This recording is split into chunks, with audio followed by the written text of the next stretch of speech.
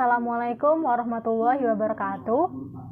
Kami dari kelompok 1, kelas biologi A semester 5 yang beranggotakan Aisyah Fauzia, Afma Maulinda, Anis Maimunah, Lia Akmalia, Rizky Amelia, Rohani, dan saya sendiri Yulin Efrianti, serta Siti Jiroh. Kali ini kami akan mempresentasikan materi mengenai metabolisme. Langsung saja. Yang pertama ada pengertian dari metabolisme.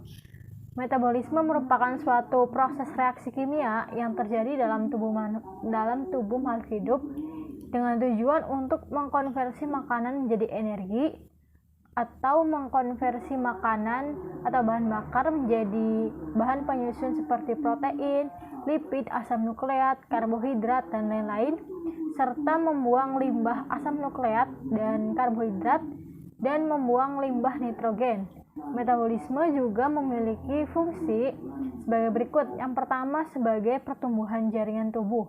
Yang kedua, memproduksi energi. Yang ketiga, mengganti sel atau jaringan yang telah rusak. Selanjutnya ada sebagai proses respirasi jaringan pada tubuh dan untuk menyusun unit pembangun sel. Selanjutnya, seperti yang telah dijelaskan tadi, metabolisme merupakan proses-proses pengubahan biokimia yang terjadi di dalam sel, dan metabolisme ini dapat dibedakan menjadi anabolisme atau proses penyusunan dan katabolisme atau proses penguraian. Selanjutnya ada unsur-unsur metabolisme. Yang pertama ada enzim. Enzim merupakan salah satu protein dengan ukuran yang cukup besar yang berfungsi untuk mempercepat reaksi metabolisme dalam sel tanpa ikut bereaksi atau sebagai biokatalisator. Struktur lengkap enzim disebut sebagai holoenzim yang terdiri atas protein dan gugus prostetik. Protein ini biasa juga disebut sebagai apoenzim, yaitu merupakan bagian dari enzim aktif yang bersifat tidak tahan panas, kemudian sebagai tempat melekat dan bereaksinya substrat. Yang kedua, gugus prostetik merupakan senyawa non-protein yang bersifat tahan panas juga dan terdiri atas dua jenis. Yang pertama ada koenzim dan kofaktor. Koenzim merupakan molekul organik kompleks seperti koenzim A, vitamin B, FAD, NADP, dan NAD. Sedangkan kofaktor berupa zat organik seperti kalsium, besi, mangan, dan lain-lain. Selanjutnya sifat-sifat dari enzim. Yang pertama sebagai biokatalisator. Seperti yang telah dijelaskan tadi, yaitu sebagai untuk mempercepat reaksi tanpa ikut bereaksi. Selanjutnya bersifat termolabil, yaitu berfungsi pada suhu optimum. Ada selanjutnya sifat enzim itu spesifik, dipengaruhi oleh pH tertentu, kemudian reaksinya bolak-balik. Selanjutnya ada jumlah penggunaannya itu sedikit dan bisa digunakan berkali-kali. Wujudnya koloid dan mampu menurunkan energi aktivasi. Adapun cara kerja enzim itu dianalogikan menjadi dua macam. Yang pertama ada model gembok dan kunci, dan kedua ada model kecocokan induksi. Yang pertama model gembok dan kunci, yaitu sisi aktif enzim yang kosong merupakan gembok, sedangkan substrat yang akan menempel di sisi aktif enzim yang kosong itu disebut sebagai kunci. Karena enzim ini bersifat spesifik, maka hanya substrat tertentu yang dapat menempel dan menjadi enzim yang kompleks. Nah, yang kedua ada model kecocokan induksi. Sisi aktif enzim bersifat fleksibel sehingga dapat berubah mengikuti bentuk substratnya. Nah, ini merupakan gambaran mengenai cara kerja enzim tadi. Yang atas merupakan model kunci gembok yang bekerja secara spesifik, dan yang kedua yang di bawah adalah model kecocokan induksi yang sifatnya fleksibel. Selanjutnya ada faktor-faktor yang mempengaruhi kerja enzim. Yang pertama ada suhu. Enzim itu hanya bekerja optimum pada kisaran suhu tertentu, yaitu sekitar 30-40 derajat Celcius. Suhu yang tinggi dapat menyebabkan denaturasi, sedangkan suhu yang rendah dapat menghambat laju reaksi. Selanjutnya ada pH optimum, kemudian konsentrasi enzim dan substrat. Penambahan konsentrasi enzim mengaktifkan kecepatan reaksi sehingga kecepatannya meningkat, sehingga dicapai kecepatan yang konstan. Kemudian ada juga inhibitor, yaitu penghambat. Inhibitor ini terbagi menjadi dua, ada inhibitor kompetitif dan inhibitor non-kompetitif. Nah, ini merupakan gambaran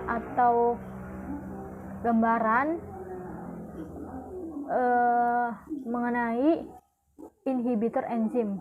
Gambar A merupakan gambar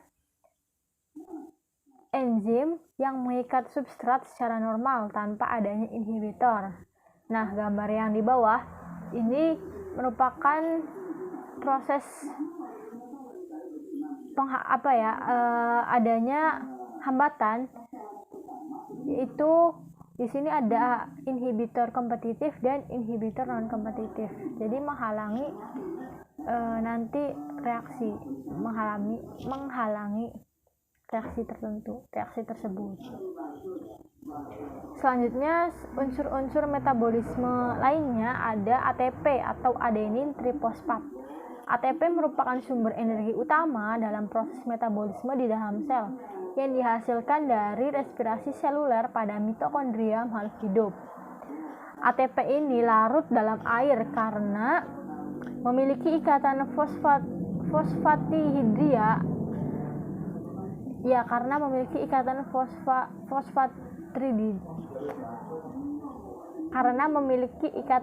fosfatidrida. Nah, ikatan fosfatidrida ini sangat tidak stabil dan mudah putus, namun mudah juga disambungkan kembali. Nah, inilah mengapa ATP dapat langsung melepaskan energi dalam jumlah yang besar saat dibutuhkan dengan sangat cepat. Hal ini memungkinkan kita untuk menggerakkan tubuh dengan cepat tanpa ada jeda di antara pikiran untuk bergerak dan pergerakannya itu sendiri. Tubuh memerlukan energi untuk melangsungkan proses anabolisme, transport zat, dan juga mekanisme fisik. Adapun struktur molekul dari ATP adalah gambar ini merupakan struktur molekul ATP dan ini dan C10H16N5O13P3 adalah rumus molekul dari ATP. Selanjutnya, dilansir dari Ensiklopedia Britania, ATP terbentuk dari proses glikolisis yang berlangsung pada mitokondria. Mitokondria adalah organel sel yang memiliki membran internal tempat berlangsungnya glikolisis. Glikolisis merupakan reaksi pemecahan glukosa dari makanan menjadi asam pirufat dan ATP. Nah, selanjutnya jenis-jenis metabolisme seperti yang telah disebutkan tadi, ada anabolisme dan katabolisme. Di sini akan dibahas mengenai katabolisme terlebih dahulu. Katabolisme merupakan serangkaian reaksi yang merupakan reaksi pemecahan senyawa kompleks menjadi senyawa-senyawa yang lebih sederhana dengan membebaskan energi yang dapat digunakan organisme untuk melakukan aktivitasnya. Fungsi reaksi ini adalah untuk menyediakan energi dan komponen yang dibutuhkan oleh reaksi anabolisme. Katabolisme ini juga merupakan proses yang berkebalikan dari proses anabolisme. Adapun faktor-faktor yang dapat mempengaruhi katabolisme, yang pertama ada cahaya, suhu, karbon dioksida, oksigen, H2O, senyawa kimia, dan luka. Selanjutnya ada contoh katabolisme, yaitu respirasi. Respirasi ini terbagi menjadi dua jenis. Ada respirasi aerob dan respirasi anaerob. Respirasi aerob ini disebut demikian karena dibutuhkan oksigen sebagai akseptor elektron. Nah, respirasi aerob ini terdiri atas 4 tahapan utama, yaitu glikolisis, dekarboksilasi oksidatif, siklus Krebs, dan transport elektron. Yang kedua ada respirasi anaerob atau disebut juga fermentasi, yaitu proses pemecahan molekul yang berlangsung tanpa bantuan oksigen.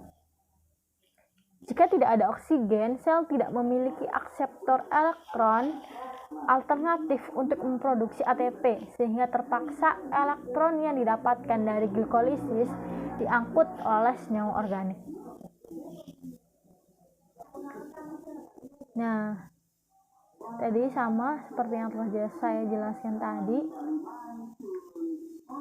Nah, tahapan-tahapan dari respirasi aerob, yang pertama ada glikolisis. Glikolisis ini terjadi di sitoplasma, kemudian substratnya itu berupa glukosa. Ini merupakan skema dari proses glikolisis. Nah, adapun tahapan-tahapannya, yang pertama, molekul glukosa 6 karbon atau 6C itu dipecah menjadi dua senyawa 3 karbon yang berlainan, yaitu gliseraldehid 3 fosfat dan satunya adalah dihidroksilaseton fosfat atau DHAP. Nah, DHAP ini nantinya akan diubah menjadi PKAL oleh enzim isomerase. Proses perubahan ini mencapai kesetimbangan di dalam tabung reaksi, namun hal ini tidak terjadi di dalam tubuh makhluk hidup. Selanjutnya, oksidasi yang diikuti oleh fosforilasi dari fosfat anorganik bukan dari ATP itu menghasilkan 2 NADH dan 2 molekul difosfogliserat. Masing-masing ini dengan satu ikatan fosfat berenergi tinggi. Selanjutnya, pelepasan ikatan berenergi tinggi dengan 2 ADP nantinya menghasilkan 2 ATP dan meninggalkan 2 molekul fosfogliserat atau PGA. Pelepasan ini menyebabkan 2 molekul fosfofenol pirufat dengan ikatan fosfat berenergi tinggi. Pelepasan fosfat energi tinggi oleh 2 ADP menghasilkan 2 ATP dan hasil akhir glikolisis yaitu 2 molekul asam pirufat. Ini juga sama, merupakan skema dari proses glikolisis.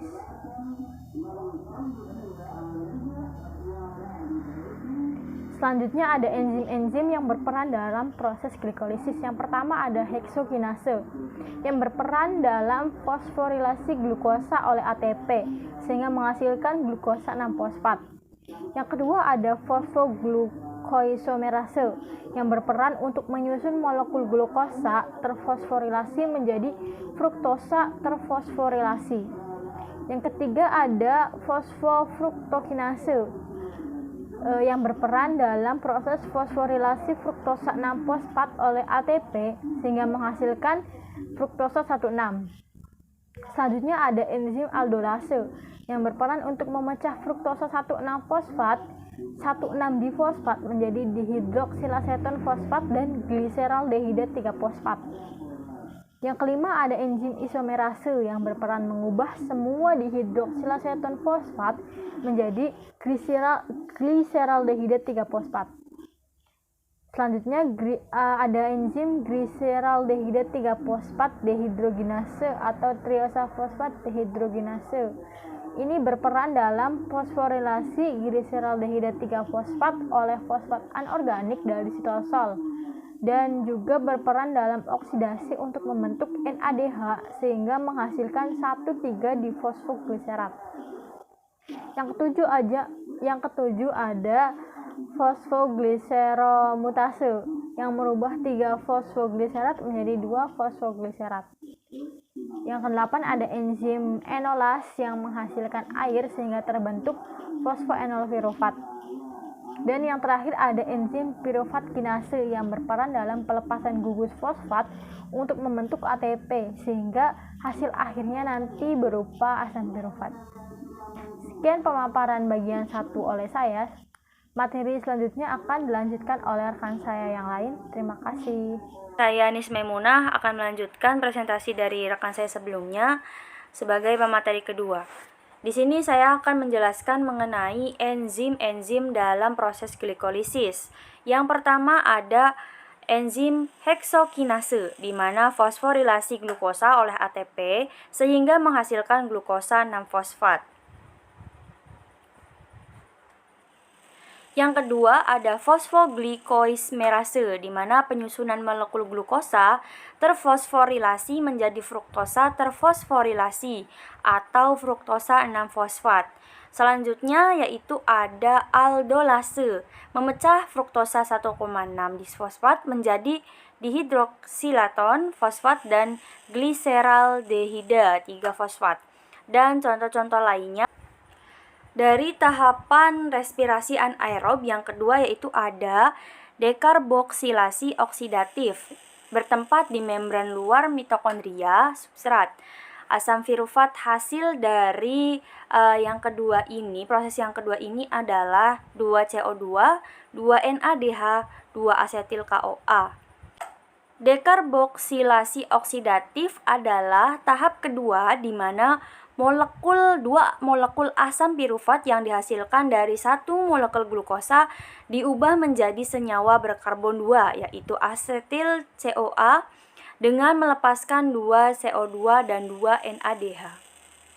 Dapat dilihat prosesnya dalam gambar di dalam PPT ini. Yang ketiga, dalam tahapan respirasi anaerob yaitu ada siklus Krebs, di mana bertempat pada matriks mitokondria substrat.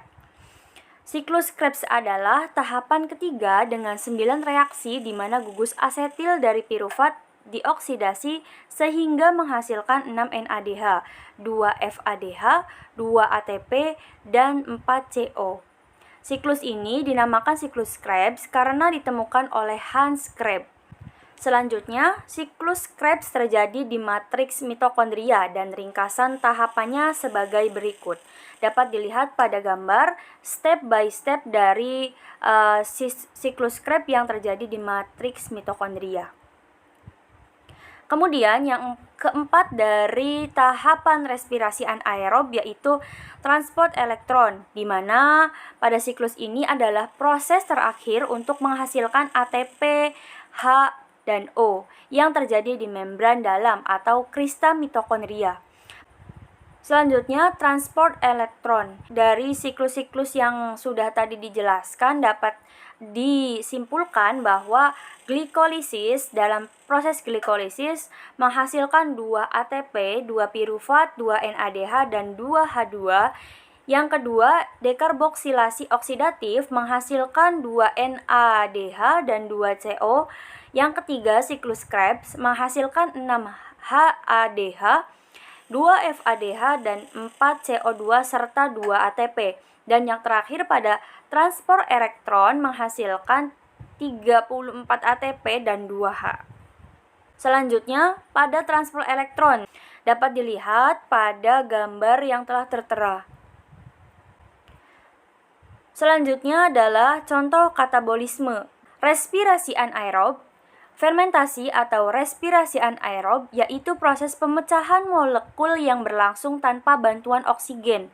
Termasuk ke dalam fermentasi adalah fermentasi asam laktat, fermentasi alkohol. Fermentasi alkohol dilakukan oleh ragi dengan cara melepaskan gugus CO2 dari pirufat melalui dekarboksilasi dan menghasilkan 2 molekul karbon, asetaldehida.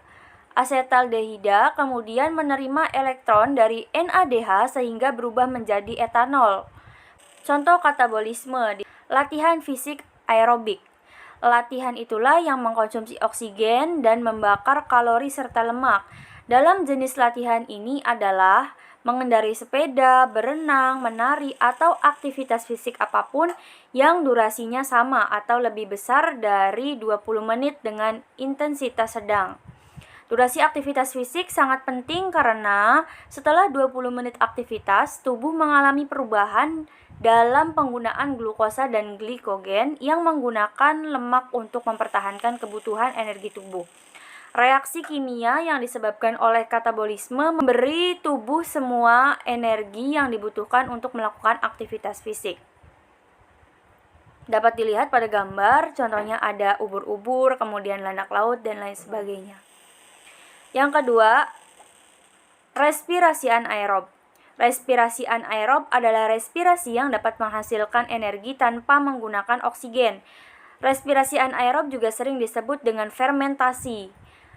Dapat dilihat pada gambar proses dari respirasi anaerob. Selanjutnya ada fermentasi. Terjadi dari cara untuk mendapatkan energi tanpa adanya oksigen yang memecah glukosa. Dalam hal ini adalah proses oksidasi yang tidak lengkap. Dapat dilihat pada gambar tahap-tahap dari fermentasi. Kemudian contoh selanjutnya yaitu pencernaan pada hewan, ruminansia sapi. Dengan makan, tubuh memecah nutrisi organik menjadi komponen yang lebih mudah digunakan untuk tubuh. Dalam proses ini, energi dilepaskan yang terakumulasi di dalam molekul ATP tubuh. Jenis metabolisme selanjutnya ada anabolisme. Anabolisme adalah suatu peristiwa perubahan senyawa sederhana menjadi senyawa kompleks. Anabolisme yang menggunakan energi cahaya dikenal dengan fotosintesis, sedangkan anabolisme yang menggunakan energi kimia dikenal dengan kemosintesis. Faktor-faktor yang mempengaruhi anabolisme salah satunya yaitu adalah anatomi daun.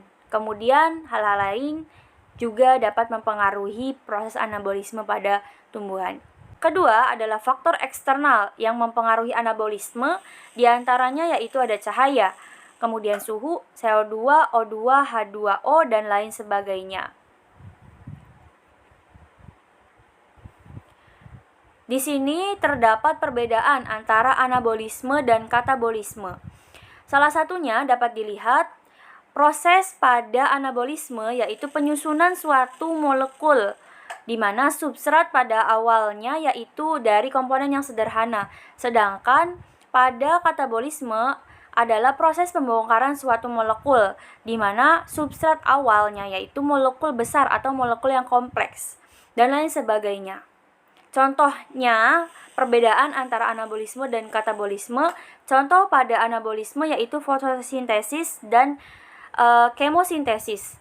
Pada katabolisme ada reaksi yang menimbulkan panas, contohnya respirasi dan fermentasi.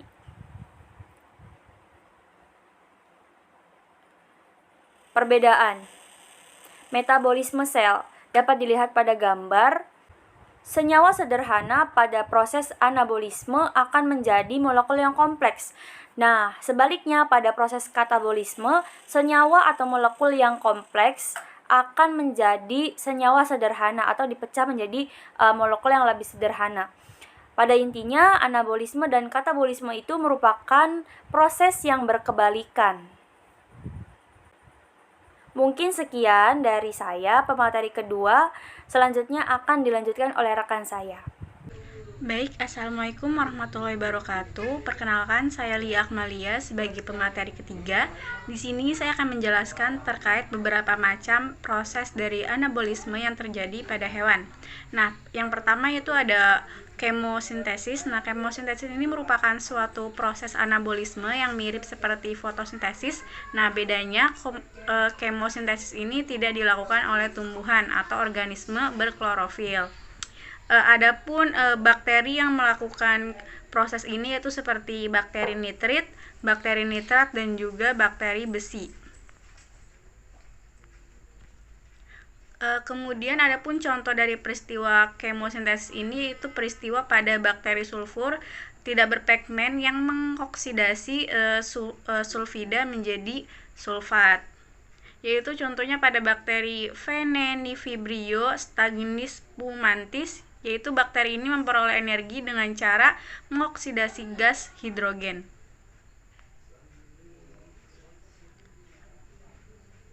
Kemudian bakteri sulfur ini juga bersimbiosis dengan cacing tabung atau tube worm, di mana bakteri ini hidup di dalam tubuh cacing tersebut. Cacing tabung ini menyerap gas hidrogen sulfida, dan ketika gas ini berada dalam tubuh cacing tersebut, maka pada waktunya itu bakteri sulfur ini akan melakukan kemosintesis sehingga dihasilkan molekul organik yang dibutuhkan oleh cacing tabung, atau nutrisi atau molekul organik tersebut kemudian digunakan bersama-sama oleh bakteri sulfur dan cacing tabung. Salah satu jenis cacing tabung itu ada Lamellibrasia luimesi. Kemudian ada proses kemosintesis yang lain, yaitu kemosintesis oleh bakteri besi. Beberapa bakteri besi ini pada umumnya misalnya seperti Leptotrix, Stenotrix, dan Cladrotrix, dan juga Gallionella. Kemudian ada Spiripilum dan Febrabacillum yang mengoksidasi ion ferro menjadi ion feri. Ada juga kemosintesis pada bakteri nutrifikasi. Contohnya seperti bakteri Nutrisomonas, bakteri Nitrosococcus, dan bakteri Nitrobacter, dan juga ada Bactoderma. Kemudian ada anabolisme pada hewan, yaitu sintesis lemak terjadi di sitosol. Nah, lemak atau lipid adalah senyawa yang terdiri atas satu molekul gliserol dan 3 molekul asam lemak. Lemak ini dapat disintesis oleh karbohidrat dan juga protein. Adapun tahap-tahap yang harus dilalui hewan dalam mensintesis lemak dari karbohidrat ini, yang pertama ada sintesis gliserol, kemudian ke sintesis asam lemak, kemudian ke penggabungan asam lemak dan gliserol. Kemudian ada sintesis protein. Nah, sintesis protein ini berlangsung di dalam sel, melibatkan DNA dan juga RNA serta ribosom. Sintesis protein juga merupakan penggabungan molekul-molekul asam amino dalam jumlah besar dan akan membentuk molekul polipeptida. Nah, pada dasar ini protein merupakan suatu polipeptida juga. Jadi setiap sel dari organisme ini mampu untuk mensintesis protein-protein tertentu yang sesuai dengan keperluannya masing-masing. Kemudian ada proses dari sintesis protein. 3 aspek penting dalam mekanisme sintesis protein ini ada lokasi berlangsungnya sintesis protein pada sel, kemudian ada mekanisme perpindahannya sel, kemudian maksudnya mekanisme perpindahan informasi atau hasil transformasi dari DNA ke tempat terjadinya sintesis protein, serta mekanisme asam amino penyusun protein pada suatu sel yang berpisah membentuk protein-protein yang spesifik. Kemudian ada hubungan antara molekul DNA, RNA, dan juga asam amino dalam proses pembentukan protein ini dikenal dengan istilah dogma central biology molekuler, yang dijabarkan dengan rangkaian proses DNA membuat RNA melalui RNA membuat protein dan dinyatakan dalam persamaan DNA, RNA, dan juga protein. Seperti itu. Nah, sintesis protein ini dimulai dengan pencetakan ARND oleh ADN dalam proses transkripsi yang berlangsung di dalam inti sel. ARND ini yang dihasilkan kemudian bergabung dengan ribosom dalam sitoplasma dengan membawa asam amino yang sesuai dengan kodonnya. Kemudian penggabungan ARND dan ribosom ini membentuk ikatan antar asam amino sehingga protein tersebut menjadi terbentuk. Berikut merupakan contoh dari proses anabolisme, yaitu proses mitosis, di mana sel tunggal ini ditransformasikan menjadi 2 sel yang identik. Nah, peristiwa inilah yang dikenal sebagai pembelahan sel. Adapun proses mitosis ini terbagi menjadi 4 fase, yaitu ada fase profase, metafase, anafase, dan juga telofase. Pembelahan mitosis ini terdapat 2 proses pembelahan, yaitu karyokinesis dan juga sitokinesis. Nah, kedua proses ini itu saling berurutan. Karyokinesis ini adalah pembelahan suatu inti menjadi dua, sementara sitokinesis itu adalah pembelahan suatu sel menjadi dua sel anakan, di mana setiap sel anakan ini mengandung inti sel.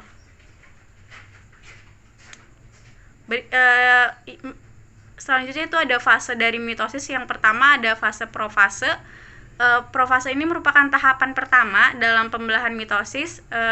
Pada fase ini itu terjadi beberapa tahapan dalam sel, yaitu seperti benang-benang kromatin yang ada di dalam inti sel ini berkondensasi membentuk kromosom, kemudian membran inti akan pecah dengan diikuti menghilangnya nukleus atau anak inti, kemudian kromosom akan mulai terlihat menebal dan juga memendek.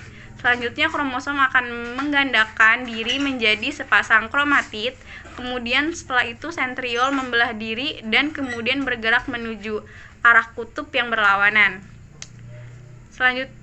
Sentriol ini tidak terbentuk pada sel tumbuhan, melainkan hanya terbentuk pada sel hewan saja.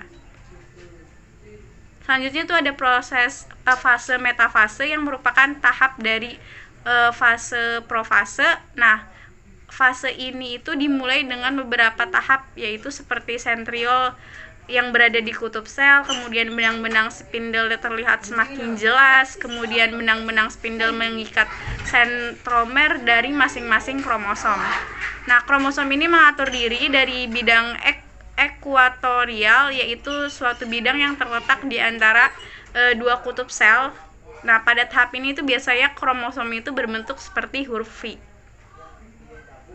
Selanjutnya ada fase anafase.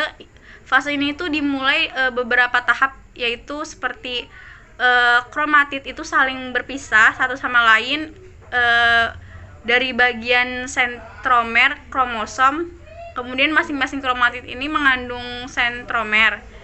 Dan kemudian benang-benang spindle ini akan memendek sehingga masing-masing dari kromatid tertarik serta bergerak mengarah ke kutub yang berlawanan. Selanjutnya itu fase terakhir, yaitu ada fase telofase. Nah,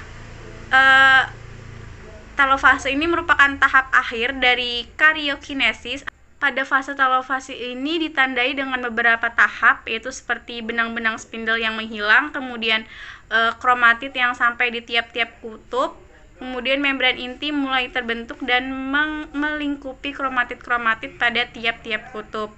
Kemudian kromatid akan menjadi samar-samar dan nukleus mulai terlihat. Kemudian ada tahap selanjutnya, yaitu ester atau sentriol yang dikelilingi benang-benang spindle akan menghilang. Kemudian sitoplasma akan mengalami penebalan dan juga kemudian membelah menjadi dua sel anak. Nah, pada fase telofase ini dihasilkan dua sel dengan kromosom diploid. Adapun proses pembelahan sel tumbuhan dan sel hewan ini tidak sama ya teman-teman. Adapun perbedaannya yaitu sel tumbuhan ini proses pembelahannya berlangsung dengan bentuk dinding pemisah pada sel induk yang melintangi bidang ekuator dari tengah ke tepi atau sebelah luar, sedangkan pada sel hewan itu sitokinesis berlangsung dengan proses pengerutan pada tengah-tengah sel induk dari luar ke dalam. Nah, pada tabel tersebut terdapat perbedaan dari sel hewan dan juga sel tumbuhan. Baik, sekian dari kelompok kami. Mohon maaf apabila ada kekurangan. Wassalamualaikum warahmatullahi wabarakatuh.